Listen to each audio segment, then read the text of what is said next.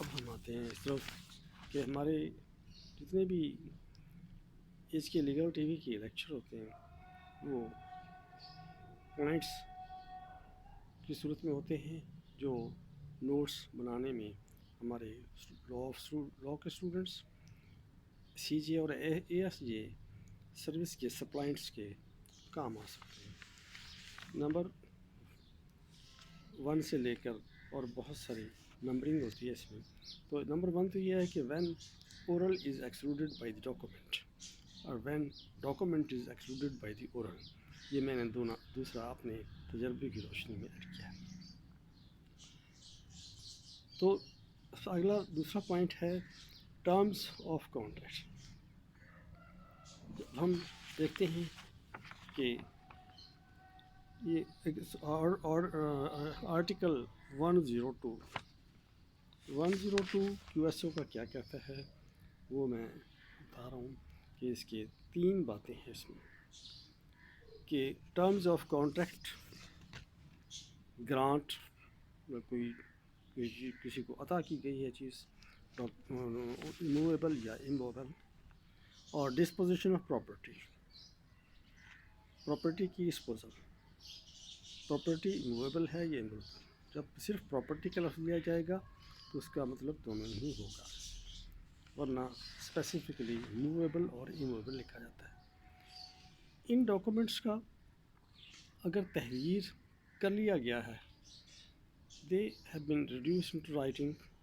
ایک terms of contract کو جو ٹرمز آف گرانٹ کو terms of disposal of property کو اگر تحریر کر لیا گیا ہے یا قانون ان کا تحریر کرنا لازم ہے نیسیسری ہے اسینشل ہے تو اس کے بارے میں اورل ایویڈنس نہیں دی جا سکتی. ڈاکومنٹ ایکسیپٹ ہو جاتی ہے کہ اورل ایویڈنس نہیں دی جا سکتی کیونکہ وہ تحریر کر لی گئی ہیں یا تحریر کرنا ان کا لازم ہے. تو اس صورت میں اس کی اورل ایویڈنس نہیں دی جا سکتی ماں سوائے اس ڈاکومنٹ کے جو اٹ سیلف ہے. اگر ڈاکومنٹ اٹ سیلف پیش کر دی گئی ہے تو اس کی اورل ایویڈنس نہیں دی جائے گی اور اگر اس کی سیکنڈری ایویڈنس اکارڈنگ ٹو لا دے دی گئی ہے کیو ایس او کی پروویژنس کے تحت تو پھر بھی اس کی اورل ایویڈنس نہیں دی جائے گی. اصل دستاویز اٹ سیلف ایک ڈاکومنٹ ہے اور اصل واقعات کا پروف ہے. تو اس کا ثانوی دیا جا سکتا ہے یہ ہم آگے چل کے دیکھتے ہیں کہ ثانوی کب دیا جاتا ہے. نمبر 3 دیکھیں. نمبر 3 اس میں نوٹ کریں گے کہ وہی بات میں دوبارہ ریپیٹ بھی ہوتی ہے بار بار ہوگی کہ اوریجنل ڈاکومنٹ یا اس کی secondary evidence according to law Q S O permissible کرے تو پیش کی جا سکتی ہے. اس کے کنٹینٹس کے بارے میں شہادت نہیں دی جا سکتی. اورل شہادت اس کے کنٹینٹس کے بارے میں نہیں دی جا سکتی. یہ آگے ایکسیپشنس اس کی ہیں ہم ڈسکس کریں گے. پھر نمبر 4 میں ہے تھرڈ پارٹی ماں سوائے ڈاکومنٹ کے کوئی شہادت نہیں دے سکتی. بیسٹ ایویڈنس کیا ہے؟ آرٹیکل 102 اور 103 کیو ایس او بتاتی ہیں کہ اس میں کیا ہے بیسٹ ایویڈنس. بیسٹ ایویڈنس یہ 102 اور 103 جو ہے یہ supplementary to each other provisions ہیں. 102 میں document required by law to be written جو میں نے پہلے سے عرض کیا ہے یا اس کو ریڈیوس انٹو رائٹنگ کر دیا گیا ہے یا تو قانون نے اس کو کہا ہے کہ لازمی لکھو یا پھر پارٹیز نے خود ہی اس کو تحریر کر لیا ہے. جو بھی معاملہ گرانٹ کانٹریکٹ اور ڈسپوزیشن آف پراپرٹی کی ٹرمز اینڈ کنڈیشنز کے بارے میں. تو آرٹیکل 101 نو اور اورل ایویڈنس ٹو کانٹریکٹ نہیں ہو سکتی، اس کو کنٹراڈکٹ کرنے کے لیے، ویرے کرنے کے لیے، اختلاف کرنے کے لیے، ایڈنگ اس میں کچھ ایڈیشن کے لیے، سبٹریکٹنگ اس میں سے کچھ سبٹریکٹ کرنے کے لیے، کس بارے میں؟ ٹرمز آف ڈاکومنٹ کے بارے میں. یہ پہلے پوائنٹ میں اور دوسرے پوائنٹ میں ہم ڈسکس کر چکے ہیں. نہیں کر سکتے. اب اس کی ایکسیپشنس ہیں. یہ تو آگے کہ ہم اورل ایویڈنس کسی ڈاکومنٹ کے بارے میں نہیں دے سکتے. اب ایکسیپشنز اس کی 7 پوائنٹ ہے، یہ نمبر 7 ہے. اورل اور ایویڈنس کس بارے میں ایکسیپشنز آتی ہیں؟ ہر چیز قانون میں مستثنیات ضرور رکھتی ہے، اور قانون مستثنیات کو جنم دے کر انصاف کے تقاضے تھوڑے پیچیدہ بھی کر دیتا ہے، جس سے کیسز لمبے ہونے کا آج کل ہمیں شکوہ ہے وہ یہی ہے. اور یہ ایکسیپشنز ہم نے شامل نہیں کی، پاکستان میں شامل نہیں ہوئی، یہ انگلش لا ہی سارا پریویل کر رہا ہے. نمبر 1 تو یہ ہے ایکسیپشن کہ انویلیڈیٹنگ ڈاکومنٹ، کوئی اورل ایویڈنس نہیں دی جا سکتی جو کسی ڈاکومنٹ کو انویلڈ کرتی ہو. اور اس کے نمبر 2 سیلینٹ فیچرز یا salient facts of the document کو انویلیڈیٹ کر رہی ہو.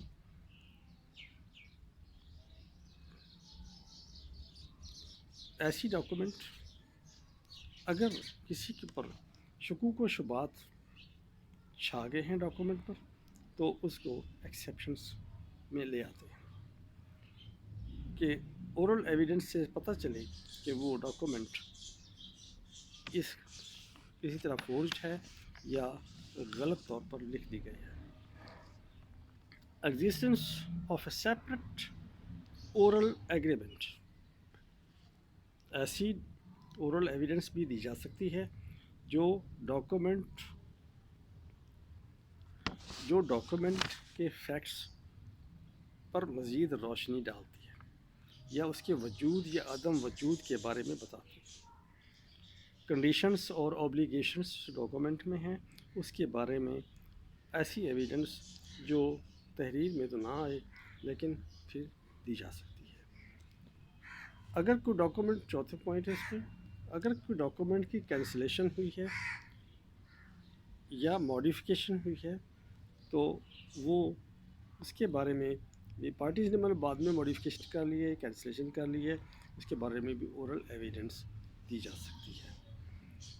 پھر اس کے بعد یوزیج اور کسٹمز کے بارے میں بھی دی جا سکتی ہے کہ یہ ڈاکومنٹ رسم و رواج، یوزیج اینڈ کسٹمز کے اگینسٹ ہے یا اس کے مطابق نہیں ہے، یا اس کے مطابق ہونی چاہیے یا اس کے مطابق ہے. دونوں صورتوں میں دی جا سکتی ہے. Nature of document per light through کرنے کے لیے بھی یہ اورل ایویڈنس دی جا سکتی ہے. بالکل یہ نہیں ہے کہ اورل ایویڈنس کو ہم نے اپنی دنیا سے، قانون کی دنیا سے نکال پھینکا ہے، ایسا کچھ نہیں ہے. آرٹیکل 104 کہتا ہے، پھر یہ ایکسیپشنس چل رہی ہیں. دیکھیے پہلے ہم نے لازم و ملزوم باتیں کی ہیں، پھر یہ ایکسیپشنس میں ہم آ رہے ہیں جہاں سے میں نے مستثنیات کا لفظ استعمال کیا. 8واں پوائنٹ ہے کہ to explain the ambiguous document کوئی ابہام کا شکار ہے، اس کی ورڈنگ کلیئرٹی سے محروم ہے، تو اس بارے میں بھی آرٹیکل 104 QSO کے تحت اس کو ایکسپلین کرنے کے لیے اورل ایویڈنس دی جا سکتی ہے. آرٹیکل 105 آ جاتا ہے، اس میں explaining oral evidence for admitted document. ایک ڈاکومنٹ ایڈمٹ کر لی گئی ہے، پارٹیز کے درمیان ایڈمیٹڈ ہے، تو اس کو مزید ایکسپلینیشن کی ضرورت ہے، تو اورل ایویڈنس دی جا سکتی ہے. نمبر 10 آرٹیکل 106 QSO کا، کہ اس میں میننگ لیس اور پلین ایسی لینگویج ہے جو کسی مطالب کو، معنی کو جنم نہیں دے رہی ایگزسٹنگ فیکٹس کے بارے میں، تو اس میں بھی اورل ایویڈنس لیڈ کی جا سکتی ہے. 107 آرٹیکل QSO کا کہتا ہے کہ اس لینگویجز کی اپلیکیشن ٹو ون اور سیورل پارٹیز. جو کنٹینٹس ہیں کوئی لینگویج ہے ڈاکومنٹ کی وہ ایک یا زائد پارٹیز پر اطلاق ہوتا ہے. اس بارے میں بھی اورل ایویڈنس دے سکتے ہیں اگر ڈاکومنٹ میں یہ بات واضح نہیں ہے کہ اس کے اطلاق کس کس پر ہوگا. 108 کیو ایس او کا آرٹیکل کہتا ہے سیٹ آف فیکٹس کے بارے میں. یہ بھی اپلیکیشن ہے. اپلیکیشن ہے کس کی؟ ڈاکومنٹ کے فیکٹس کی کہ کن فیکٹس پر یہ language of the document overlap کرے گی، اپلائی کرے گی. اور اسی کے ساتھ یہ بات میں اس کہوں گا کہ میں پوائنٹس بیان کر رہا ہوں. اگر ان کی تفصیل میں جائیں گے تو بہت لمبے لیکچر ہو جاتے ہیں. یہ ایگزام پوائنٹ آف ویو سے ہیں. اب آپ کتاب سامنے رکھیں گے تو میری باتیں اس پہ نوٹ کی ہوئی جو ہوں گی اس لیکچر کو بار بار سنیے گا تو آپ کو سامنے کتاب رکھ کے اور ان پوائنٹس کو نوٹ کر کے زیادہ سمجھ آئے گی. اگر چینل کو سبسکرائب نہیں کیا تو سبسکرائب کیجیے تاکہ آپ کو ہر آنے والا لیکچر بر وقت آپ کو نوٹیفائی کر دیا جائے. 108 آرٹیکل میں ہی ہے کہ date of application of the document. اس کو ایکسپلین کرنے کے لیے بھی اورل ایویڈنس دی جا سکتی ہے کہ یہ کب سے اطلاق ہوگا اور کب سے اطلاق نہیں ہوگا. اگر اس میں 2 ڈیٹس لکھی گئی ہیں کہ اس میں کون سی ڈیٹ کا مطلب تھا، جو اس کے مارجنل وٹنس ہیں وہ بیان کریں گے. یہ میں آپ کو عرض کر دوں کہ اورل ایویڈنس ہر بندہ نہیں دے گا. اس کے مارجنل وٹنس دیں گے یا وہ پریزنٹ تھے جس ٹائم اس ڈاکومنٹ کا ٹرانزیکشن ہوا یا پھر ان کے سامنے تحریر ہوا. تو اگلا point 109 article Q S O کا ہے meaning of words, marks, characters. ان کے بارے میں بھی اورل ایویڈنس دی جا سکتی ہے کہ اس ڈاکومنٹ میں جو ورڈز استعمال کیے گئے ہیں، جو مارکس MARKS جو اس میں مارکس استعمال کیے گئے ہیں، کیریکٹرس استعمال کیے گئے ہیں، ان کے کیا اسپیشل میننگ ہے اور پارٹیز کے ذہن میں اس وقت کیا تھا اور ان کے میننگ کیا ہوں گے. اس کو بھی سپلیمنٹری اورل ایویڈنس کے ذریعے ثابت کیا جائے گا. 110 آرٹیکل یہ کیا کہتا ہے کیو ایس او کا؟ قانون شہادت آرڈر 1984 کا. یہ 15واں پوائنٹ ہے. ویرینگ ٹرمز آف ڈاکومنٹس ہیں. آپس میں ڈاکومنٹس کے ٹرمز کا کنٹراڈکشن ہے، ویری کرتی ہیں ایک دوسرے سے. تو پھر ان کو کوئنسائڈ کرنے کے لیے کہ یہ ویرینس میں نہیں ہیں بلکہ ان کے مطلب یہ ہیں تو اورل ایویڈنس اس کے مارجنل وٹنس یا the persons were present at the time of reducing that very document to the writing for present وہ اس کو بتا سکتے ہیں. اس کے بارے میں اورل ایویڈنس ان کی بالکل ایڈمیزیبل ہوگی. اس کے بعد دیکھا جائے تو سب سے بڑی بات یہ ہے کہ ڈاکومنٹس کے بارے میں جب فیصلہ ہونے آتا ہے تو پارٹیز اکثر اللہ کو پیاری ہو چکی ہوتی ہیں. تو پھر یہ بھی حل کر دیا گیا ہے مسئلہ 110 آرٹیکل میں کیو ایس او کے کہ اس کے legal representative of the parties وہ بھی اس ڈاکومنٹ کے پابند ہیں. اس ڈاکومنٹ میں جو کچھ لکھا گیا، جو کچھ بیان کیا گیا اور جو اوپر ہم نے مستثنیات اور اس کی بیسکس بیان کی ہیں وہ سب اس کے پابند رہیں گے. اس سے بھاگ نہیں سکتے. اگر بھاگیں گے تو عدالت اپنے فیصلہ خود سنائے گی. اب ہم دیکھتے ہیں کہ کسی بھی ڈاکومنٹ کو ثابت کرنے کے لیے کہ صرف ڈاکومنٹ کافی نہیں ہے جب تک اس کے مارجنل وٹنس نہیں ہوں گے. مارجنل وٹنس بہت ضروری ہے. مارجنل وٹنسز اور اس کا رائٹر اگر نہیں ہے تو ڈاکومنٹ ثابت نہیں ہوگی. داخل جوڈیشل ریکارڈ تو ہو جائے گی. Admissibility is something different from its evidentiary value. اس کی ایویڈینشری ویلیو نہیں ہوگی تو وہ کسی کام نہیں آئے گی. تو اس لیے ڈاکومنٹ کو ثابت کرنے کے لیے اورل ایویڈنس کی اہمیت سے انکار نہیں کر سکتے اور اورل ایویڈنس ایکسکلوڈ نہیں کر سکتے. باقی بات اپنی جگہ، لیکن کسی بھی ڈاکومنٹ کو چاہے وہ رجسٹرڈ ہے یا ان رجسٹرڈ ہے اس کے مارجنل وٹنسز بہت ضروری ہیں، یا جن کے سامنے وہ لکھی گئی ہے یا جن کے سامنے transaction providing in the document was reduced into writing. بہت ضروری ہے. ڈاکومنٹ ایسے ہی نہیں کہ پیش کریں گے اور اسی پر فیصلہ ہو جائے گا. اورل ایویڈنس اس کی سپورٹ میں ضرور آئے گی، مارجنل وٹنسز کی صورت میں یا اس کے کاتب کی صورت میں. آج کل کمپیوٹرس آ گئے تو مارجنل وٹنسز کی اہمیت زیادہ ہو گئی ہے اور ان کی کنٹراڈکشن آپس میں ہوگی، یہ ایک الگ چیپٹر ہے. تو ناظرین ویورس، اگر پسند آیا تو کمنٹس میں ضرور کیجیے یا کچھ نہ کچھ کوشچنس، اور چینل کو سبسکرائب کیجیے تاکہ آپ کو پر وقت لیکچرز آپ کو نوٹیفائی ہوتے رہیں. اللہ حافظ.